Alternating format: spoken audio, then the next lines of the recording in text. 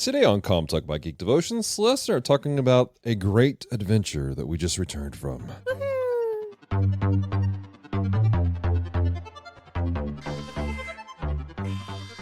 Glix, what is going on? We are receiving a signal from a new area on the planet Geekery. All right, let's see what the planet has for us today. Opening comms in 3, 2, 1.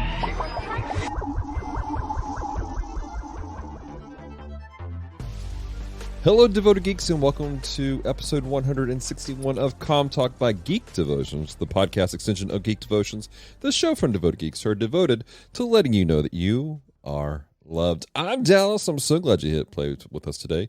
Whether you're listening on Apple Podcasts, Spotify, Google Podcasts, wherever, maybe even YouTube. That being said, ladies and gentlemen, I am joined by the beautiful, the redheaded, the partially sunburned Celeste Mora. I'm actually less sunburned than I thought I would be. Yeah? Yeah. Staying in the shade was my jam. Yes. Celeste, we just returned from a trip.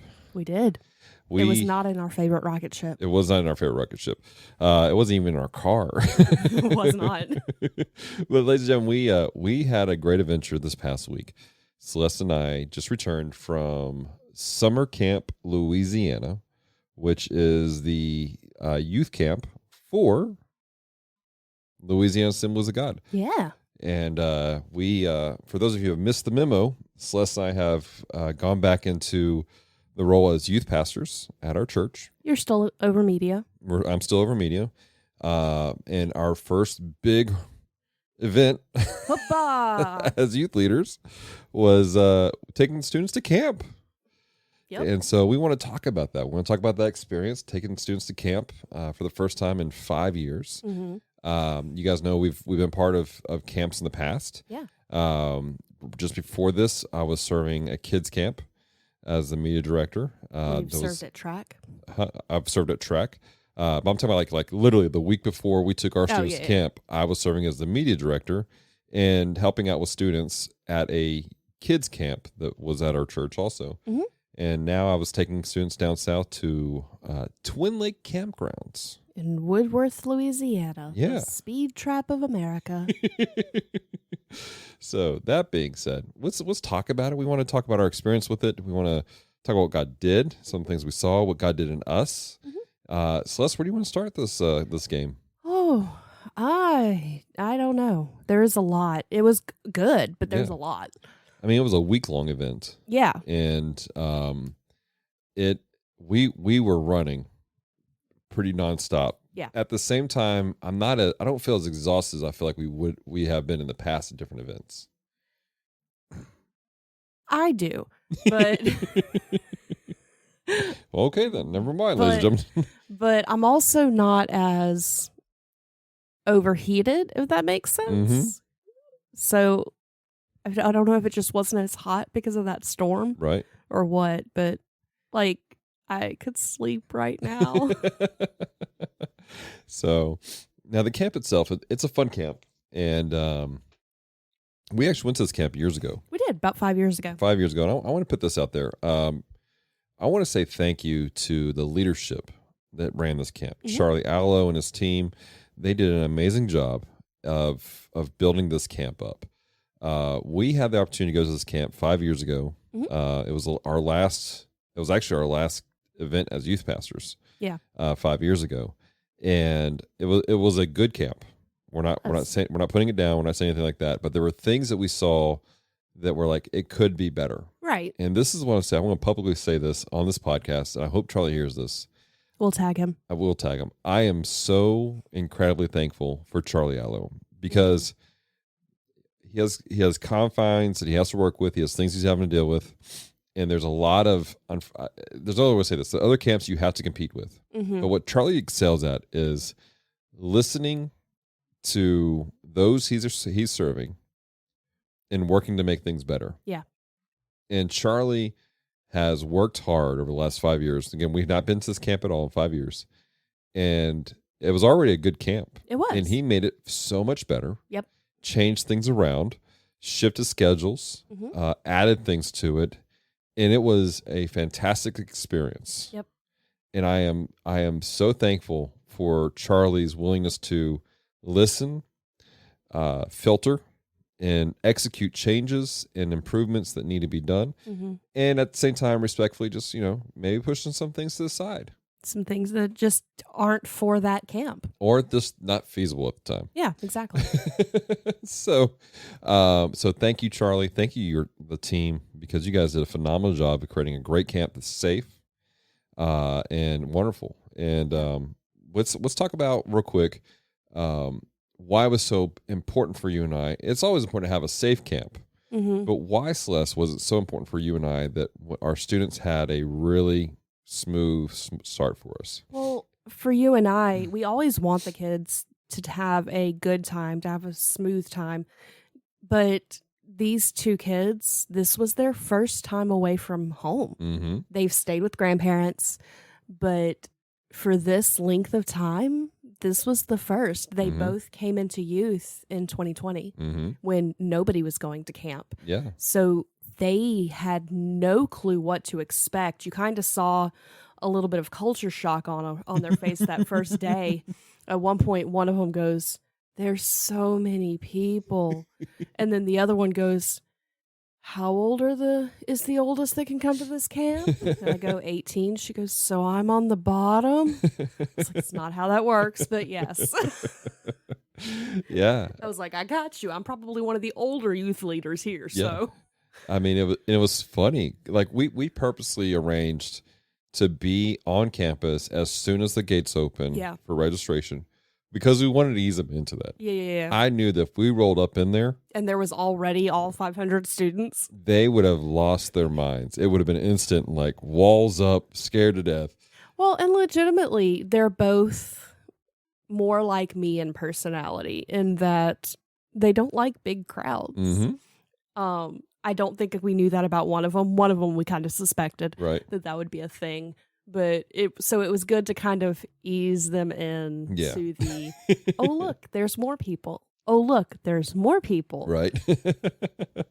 So, but yeah, so that was a lot of it for us. And Charlie and his team, they made a safe space for them. Yeah. Where we trusted everything was going on. Mm-hmm. Everything's very well controlled. Everything's well looked upon. And it was safe for them to wander. Like that was one of the things we were kind of pushing them, go meet people. I told one of them, I was like, hey, you need to come back to me every day and tell me the names of 5 people that you've met today. Mm-hmm. Get out of your shell and meet people and engage with folks. And he did. I was proud of him. He did a good job. And the camp itself was the structure of the day was really interesting also. It was. I really appreciate, I think this was the first year they'd done this, and I really appreciate it. Talking about the schedule for service, they did it last year actually. Oh, really? Mm-hmm. We'll tell them about it. Okay. So the way they did things is they had breakfast. Mm-hmm. They had a morning breakout session where they did something small but not very service-like with the kids. Mm-hmm. The youth pastors had their own thing where we had other adults to talk to. Mm-hmm. Then they did free time, did lunch, like maybe an hour of free time, and then they did service in the afternoon. Mm-hmm. Now, if you've never been to a youth camp, generally service is after dinner. Right, in the evening time. They do games in the afternoon. Mm-hmm. And I don't know if any of you have been in Louisiana in the summer, but afternoon is some of the hottest times of the year. For context, Monday, they had the service at nighttime because registration ran all day. Yes. In that hour, that time frame, from 3 to 6, when we would be in service the rest of the week, they were doing registration, let kids have free time, do some different stuff, do swimming tests. The heat index was 114, meaning it felt like 114 degrees in the shade. I thought I was burning. Like I thought I got a sunburn. And it was just that we were literally baking. Like I was looking for butter to, baste myself with. I made a joke to one of the kids that I was just out here roasting, and I started turning around like I was a roasting chicken. They thought they are learning my sense of humor. They're learning both of our sense of humor, but there was a couple times that they were like, "What?" Right. Like, no, we're kidding. Right. That's a joke. Right. So we had that going on. So that time frame where the service was, it was great. It was perfect. And what I loved about it is that it also it felt more intentional about things. Mm-hmm. We've been to many camps over the years, Mm-hmm. and God has moved through many camps in the night services. Absolutely. But one of the things I have seen is oftentimes you have these kids that have been running all day long, Mm-hmm. and they're wiped out, they're worn out, and then we have these emotional pull services, Yep. and it's no longer a for some, not all, it's not a call of, I'm going to the Lord and I'm seeking salvation, or I'm seeking the call of God on my life, or anything like that. It's I'm exhausted and I'm just dealing with this. I'm just going with emotions. This situation puts these kids in a great place where it's not we're eliminating the exhaustion aspect of it. Mm-hmm. We're not letting them, lay out on the floor because they're tired and call it the Lord. Now it's like they're fresh still. Mm-hmm. They can engage. They're functioning, and I love that. I also appreciated that they let them have free time beforehand. Mm-hmm. Like they had lunch, and they could have taken us in immediately after lunch, Mm-hmm. but they let them have some more free time so that your kids who have a bunch of excess energy, they can just run and go and go just burn off some of that excess energy before you get them in the service. So that also helps with the focusing. Yeah. Helps them to lean into what's being said. Yeah. So the services were great. Oh yeah, absolutely. Worship team was a good worship team. They kind of felt like a girl band to me. Yeah. I mean, it was. Yeah. There was one. I think there was one guy who was a guitarist. No, the Two piano guys. player. The piano player and the drummer were male. So one of the bass player was also one of the co-leaders. Her and her husband were the directors of the camp, and it was kind of I first off, I have respect for bass players anyways, because they lay down, whether people realize it or not, they're the beat that you feel in your chest when they're playing. They have that underground. And but she's like singing and she's playing and she's dancing at the same time. I was like, I respect that. Like, you're the cool chick from School of Rock. Yeah. So that was pretty cool. So worship was great. It was phenomenal. They did a great job leading our kids in worship, leading them in the presence of God, walking them through some stuff. But then we had a really great guest speaker. And I love the speaker. I loved her so much. I've not had a chance to I'd not heard of her before personally, but you and I also aren't super in the know of who's who in the assemblies necessarily. But her name was Holly Davis, and Holly Davis, she is the Assemblies of God National Fine Arts Coordinator. And if you don't know what that is, the Fine Arts is a program we have in the assemblies that is it's kind of a training arm for our kids. It's to give them the opportunity to use their giftings to minister in areas of dance, of singing, of playing instruments, preaching, photography, different versions of art, all kinds of There's stuff. all kinds of things in there, and it takes some of your more artsy kids, like band kids or drama club kids, and gives them an outlet of going, I can use this to minister, because those areas in schools are not necessarily godly. Right. So giving them an opportunity to go, I'm good at this, I love this. Right. Gives them we can worship God with this. It's another form of worship. Oh yeah, absolutely. So Holly came and preached, and she was also the district youth director for North Carolina, and she was a youth pastor. Her and her husband were youth pastors for over 20 years in various places. But this is what I loved about Holly, and you'll understand what I'm saying when I say this. Camp preachers, they tend to be hype and push one direction, a lot of emotionalism and stuff like that. And there's substance, but it's more the hype and the emotional pull. Yeah. Holly did a great job of connecting real world stories, things that she dealt with. Yeah. Things that were involving not just her personal story, but stories of others, testimonies of other people, but grounding what she taught in the Word of God. Yeah. Walking our students. Because I've been to some camps and where the guest speaker was it was like 45 minutes of personal conversation, hype up, sound bites, and like 2 or 3 scriptures, potentially taken more allegorically than actual, substance of what the scripture says. And just being real, and you guys know how I am about that. Her stuff was grounded. It was. Like, it was like there were portions that were very exegetical, and she brought the meaning of the scripture, the context of it, but she brought it to a real world. This is how this applies to our lives. And when she preached, it was great. Like, it was authoritative and it was spot on.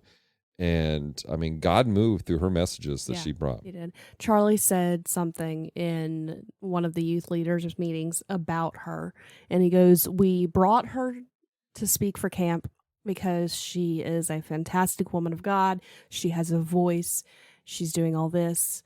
You know, she is who we think God wants here this week, but she's also a woman. And how awesome for our girls to see a woman preaching." And I'm going, that's fantastic. Now, I know we have some listeners who would disagree with that. And I respect that. But for the fellowship we are involved in, that is a fantastic mindset to have, because it does encourage these young girls and going, I can do that. She looks a lot like me. Right. I can do that. Exactly. And I mean, just bang up. I kind of want to hear what her husband sounds like when he preaches. Also, Yeah, I do too. He was a nice guy. We got to meet both of them. Very sweet, very kind people. It was funny because she pointed out the fact that her husband's short On the sermon, from the sermon, and she's like 6'1", and then she shows this picture of her son, her adult son, who's like, he looks like he's like 6'3", and her dad, or his dad, her husband, he's kind of the stocky, like, heavyweight power lifters type of body build. Yeah, he looks like he could be a power lifter. And the son has the build and the height, and he's just like, hello, Andre the Giant. Yeah, exactly. What I really appreciated about Holly and her husband Troy is that we've seen this a lot, where the guest speakers come in for the message, and then they go back to their hotel room. They are there to deliver the word and nothing else. Right. She was in every youth leaders meeting, whether she was speaking or not. She hung around. She was in the leaders lounge for you to talk to. She went and talked to kids. Yeah. She walked the field and spent time with our students. And I appreciate that so much. Yeah. Because if we have entrusted you to speak from a platform to our students, I appreciate you coming down off the platform and speaking to them where they are. Right. So that when they see you on the platform again, they feel like they have a relationship with you. Exactly. Because that's part of what Geek Devotions is based off of. Right. That you receive better when you have a relationship with somebody. And so she did her best to foster that in us and in our kids. Absolutely. Years ago, we were running a camp here locally called Hero Academy, and I was the director of it, and I brought in a guest speaker, and he was kind of hanging out in the back. I was like, "Hey man, what are you doing?" And worship's happening. And he's like, "I'm just back here, man." I was like, "Look, if you're going to preach to my kids, you're going to worship with my kids." Yeah. I was like, "If you're not going to get up there and worship with them, you can leave." Yep. And this is this is a hard sense I have. And because the kids need to see you worshiping. They need to see, they don't need to see you preaching. They need to see you worshiping also. They need to see that this is an authentic thing. If you're here just to do a song and dance, get out. Yeah. Anybody can get up and perform for a mic. But to be with somebody and have the same countenance, the same standards, the same thing, you let them know that you are not authentic. I mean, yes, authentic, but that's not the word I'm looking for. I can't think of it. It's basically you're not blowing Smoke up their skirt. Yeah. Smoke up their skirt. So you're being real. Yeah. And Holly and her husband and the entirety of the team was that. Again, we keep going back to this whole aspect because it is as a down. It goes from the top down. Yeah. Charlie and his team were authentic all week long. They were. They served. They worshiped. They ministered authentically all week long. Even the quote unquote camp disciplinarian, Caleb Hussey. Shout out to Caleb. He was real with our kids. Oh yeah. You know, we had some apprehension. Yeah. This is our first camp in 5 years. This is our first big event. We needed things to go smoothly. I saw Caleb, Mm-hmm. and I saw what he was doing here, and I said, I feel better about the camp already. His presence, who he is and what he does, Mm-hmm. and the way he interacted with our students and other people Mm-hmm. made me go, okay, this is good. Yeah. This is a great place to be. Legitimately, and this is going to get into some personal stuff for me, Mm-hmm. but the last service of camp, Mm-hmm. they were doing something and they had all the leaders up there praying, and not a lot of kids were coming up to me. We only have 2 kids. Our kids had not responded to this call, Mm-hmm. and so none of the other kids really knew me. Mm-hmm. It was cool. It was whatever. I thought I had a word, and so I knew that I had enough authority that I could go, hey, come here, let me tell you this. Mm-hmm. If it's not God, throw it out the window. Mm-hmm.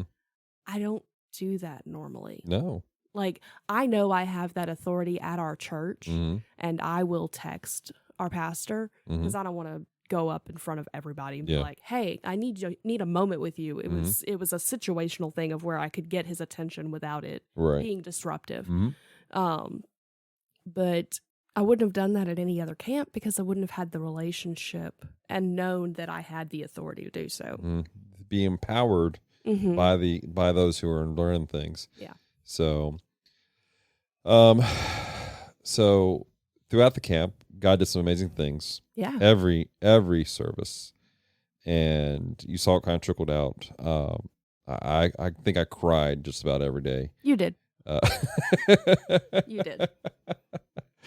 So, we saw kids coming to the altar and getting saved Mhm. and giving their lives to Jesus. Yeah. And I mean, there were 500 kids there. Yeah. I mean, and it wasn't just like there was kids getting saved and there were kids getting rededicating their lives to Christ Yeah. and everything. And what I love is right afterwards there was a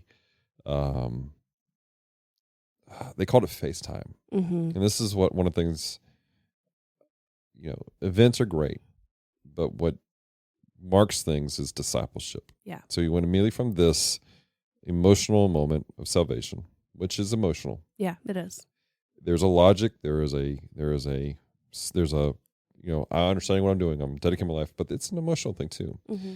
But then it's coupled with discipleship, which took place immediately after service. Mm-hmm. And I love that. Yeah. And then the next night, the Lord had a word for these kids, and it was confirmed through several things. God gave me a word personally about people dealing with these wounds. Mm. And some of these are wounds that were given to them by adults, Mm-hmm. by culture, and it was holding them back.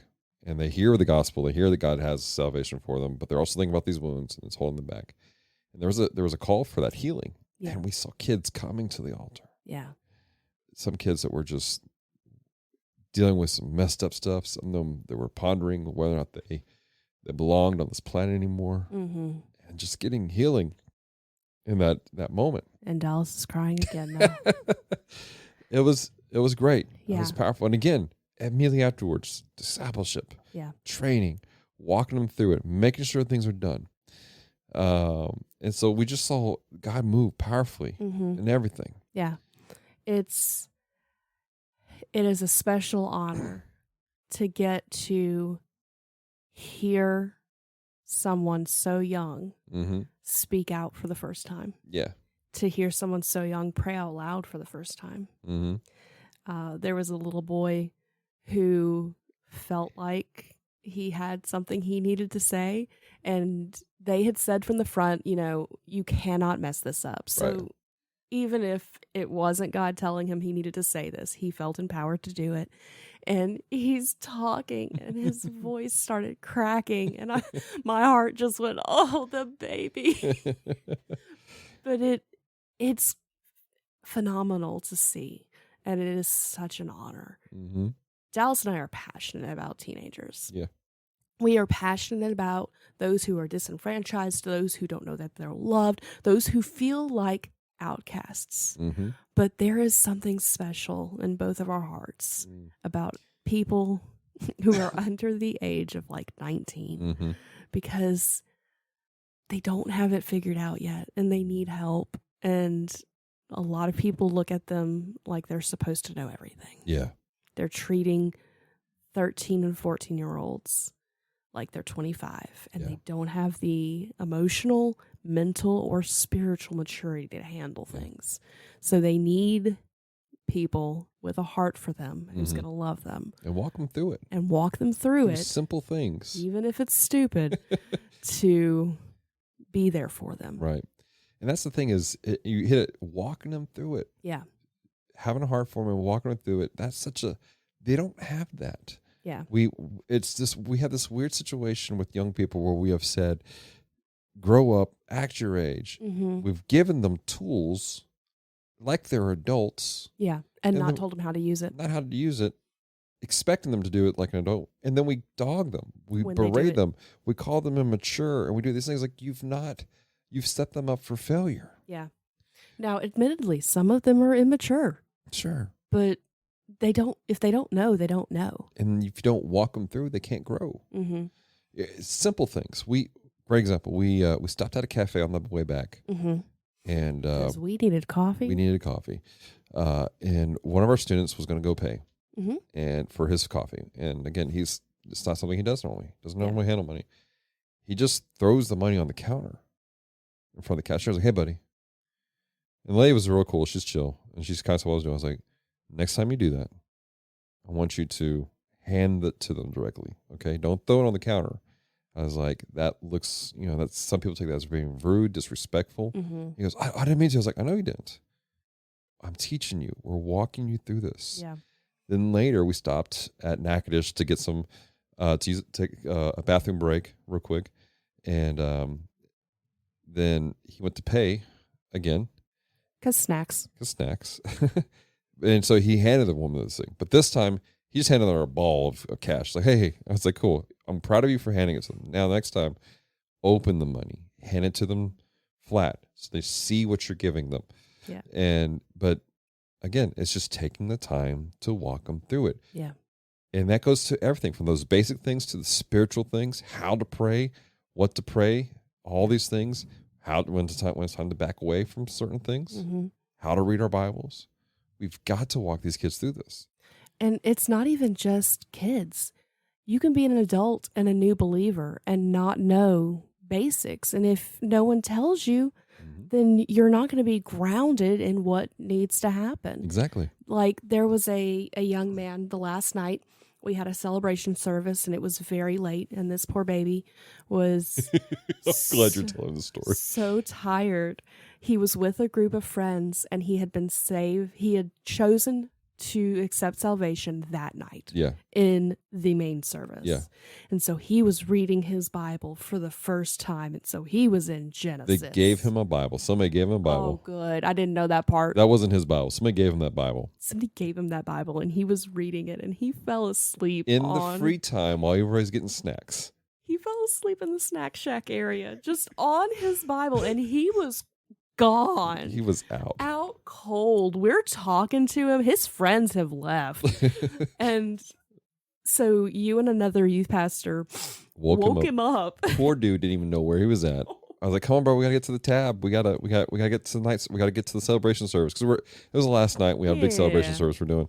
And he's like, "Oh, okay." And he's like walking up, and he's got one flop on and one off. I was like, "You want to put that?" I was like, "No, it'll be fine. Just go right there." I was like, "Dude, you're going the wrong way. We're going to the tab, the other end of the campus." He goes, "Oh, what's happening?" I'm like, "It's this celebration service, brother. Come on, man." He's like, "Okay." So it was so funny. I walked out with him. I was like, "So, man, what are you reading?" He's like, "I was reading in Genesis." And it was weird. Like, they said he was like 300-something years old, but like in the movies, like Noah's normally looks like he's 60. So I'm walking through the firmament and all this stuff. But the point is that it doesn't matter how old he is. In that moment, he was a baby Christian. Mm-hmm. So it doesn't matter if you have stumbled across us because you were looking for Christian content and you are new to the faith. Welcome. Yeah. But also find somebody to help you out. Walk you through it. It's not always a person on TV. No, generally not, actually. Oh man. Well, Celeste, what did God do in you personally this past week? I think it was just a lot of confirmation for me. Mm-hmm. So when we were in youth ministry last time, God's always working in you, but I was not in the best mental space. Mm-hmm. And I've been dealing with that. I've been taking care of that. A lot of our devoted geeks know that I have been in counseling recently. Graduated, I guess is what you call it. It's one of those things of my counselor felt I had the tools to not have to go unless I feel like I need somebody else to talk to again. Yeah. So dealing with things that needed to be dealt with that hadn't been dealt with, and learning how to handle myself in general. I have anxiety that I have to deal with, and just the whole week I kept going, this environment really messed me up last time because there's kids yelling, there's kids screaming, it's hot, I'm exhausted. I am not a big group person and I am with 500 people for a week. Right.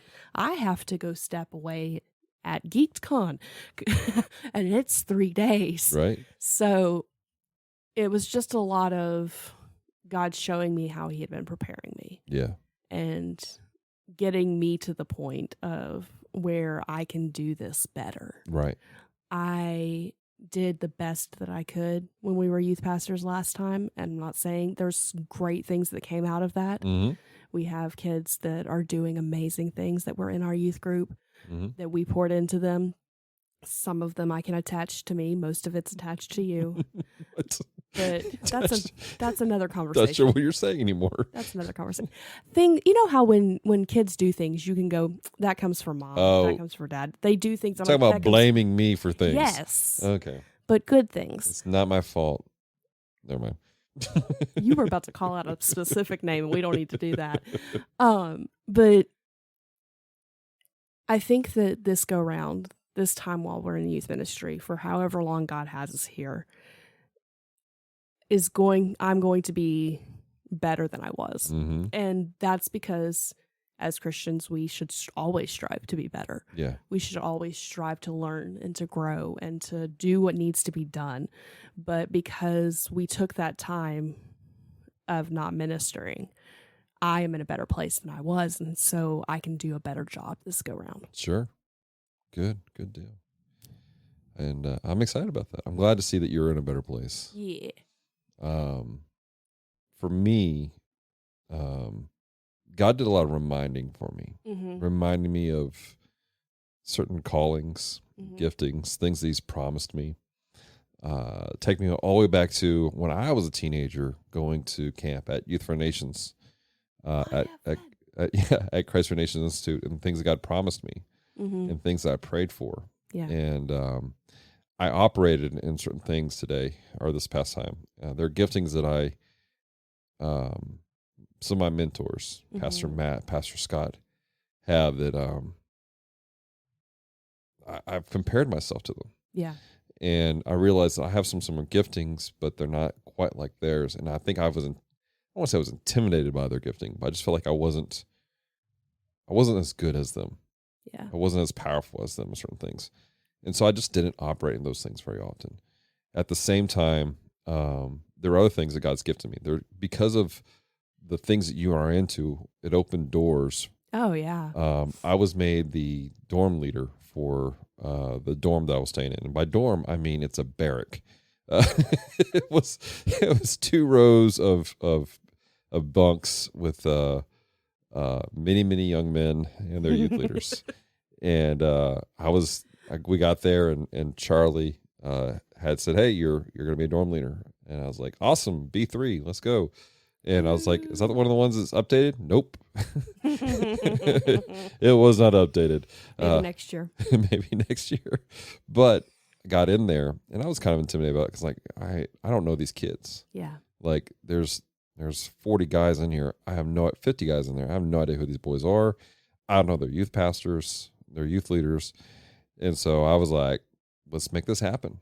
And so I got in there, and did what I did. I just talked to kids. Yeah. And I loved on them. And I developed friendships and relationships with these boys. Mm-hmm. And they're pastors. And I was very intentional. Like every night, like you could hear the other guys' dorms at night. Mm-hmm. They were rowdy. They were getting wild. A couple boys got hurt. I'm proud to say none of the boys in our dorm got hurt. Oh, good. At the same I time, wasn't sure about that last kid that got hurt. no, he wasn't ours. But I was intentional about things. Yeah. Every night we brought the boys down. I said, all right, guys, we're about to do. I give them a little pep talk. Hey, tomorrow we're doing this. Da da da. Let's be ready. Remember what God spoke to you tonight. And then I asked one of their pastors, one of their youth pastors, one of their youth leaders, to pray over everybody. Yeah.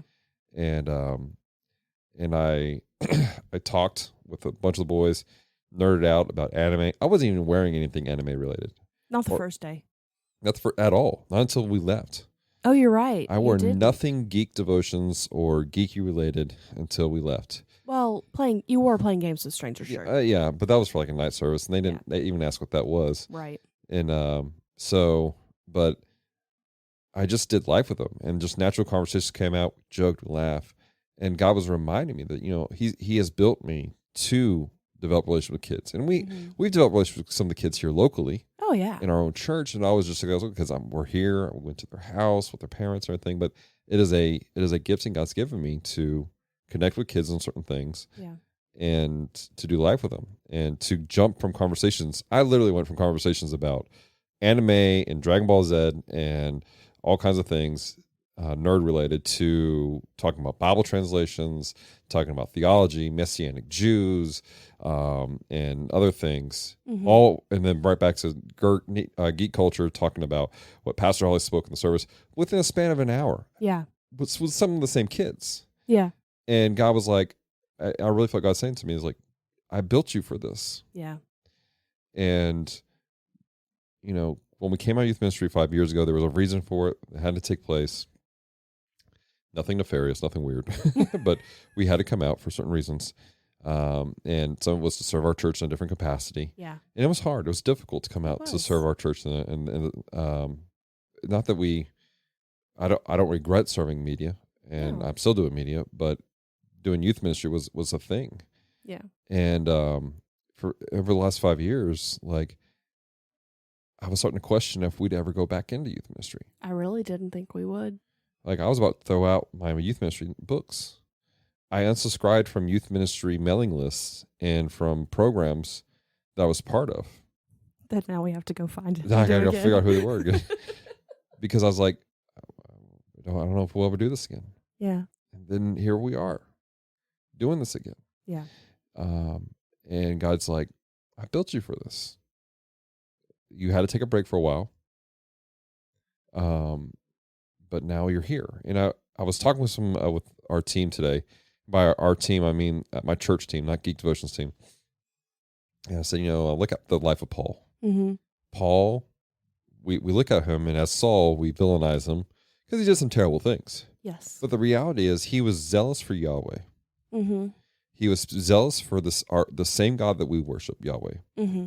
He didn't understand who Jesus was. And because of his training, he was told that Jesus was evil. Mm-hmm. And so he went after zealously because he thought he was defending God. Yeah.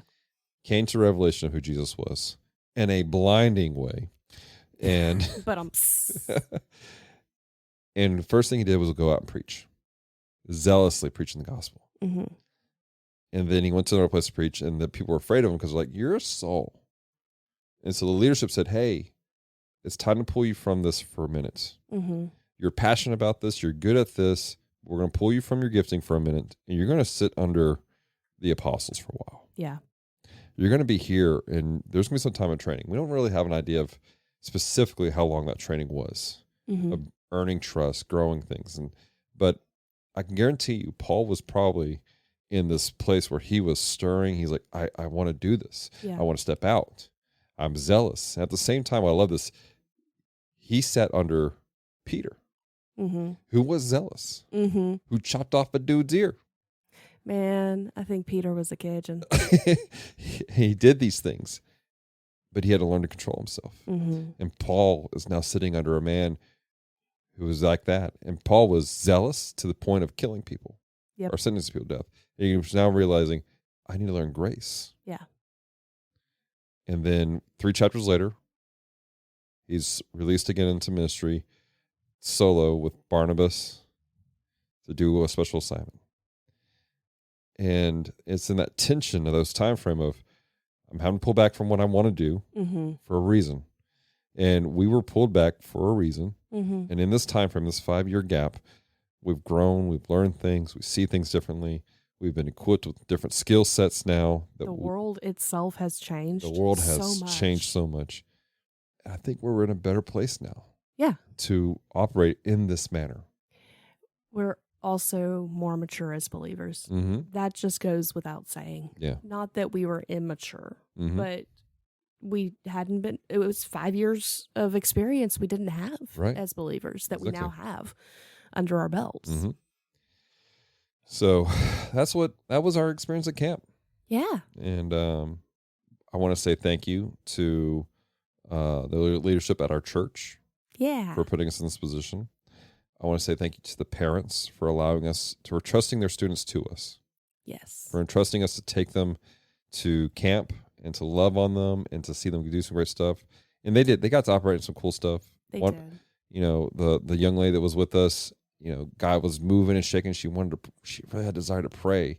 And it's built into her. There's this desire to pray for people, intercede with people, but she doesn't understand how to walk that out and when to do certain things. And you walked with her, training her in the altar areas, walking her through stuff.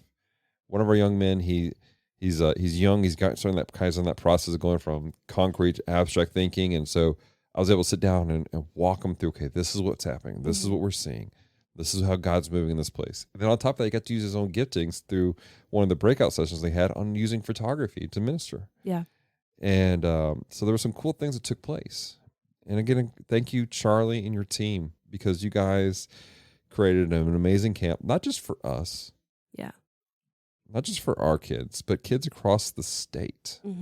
And I'm so appreciative for your hearts to minister to kids, but also minister to leaders. And to help them, help us. So, you got anything else you want to add, Celeste? I think we're good. We've legitimately just gone, here's our heart, and dumped it. So we apologize if you've made it this far. Thank you. Yep. I'm going to apologize to Francisco because I didn't do a Culture Box plug. Hey, you should check out Culture Box. Culturebox.media, corner of storytelling, geekery, and comedy. It's a cool place. Fantastic guys on that show, or on that network. That being said, we're going to go and eat pizza. Yeah. Because we need to eat. And I can smell it. Life has not stopped. And but that being said, we love you guys. Thank you for hanging out with us. Thank you for listening to this podcast. If you're new to our podcast, because you found us through, whether you met us at camp or you're just looking for stuff, welcome to Geek Devotions. Normally we talk about more geeky stuff. I know the last couple of podcasts have been heavy through us, but we do have more stuff coming down the pipeline. We have a new episode of The Bottom Shelf coming out. We have a special patron-only Com Talk coming out, which is kind of bottom shelf-ish. Just so the guys have challenged me to watch Western movies.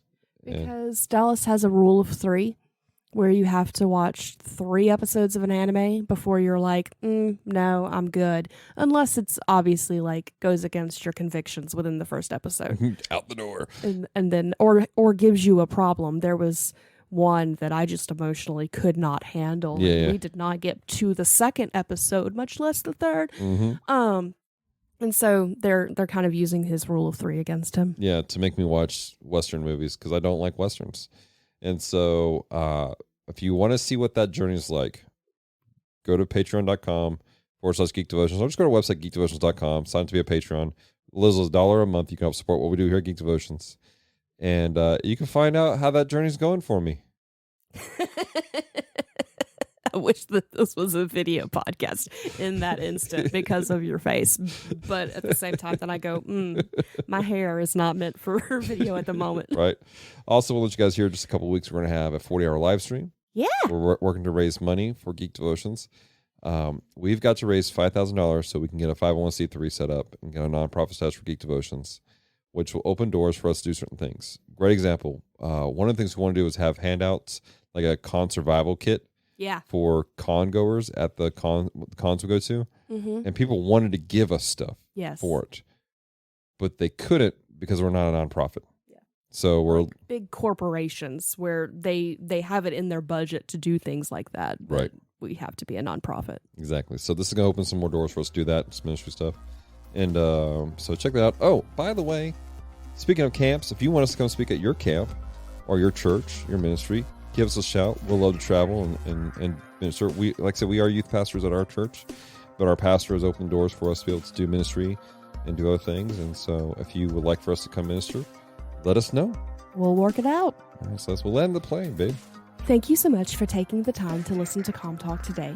If you have loved this episode, head on over to Apple Podcasts to subscribe, rate, and leave a review. It is very much appreciated. So until next time, stay devoted. Peace and love.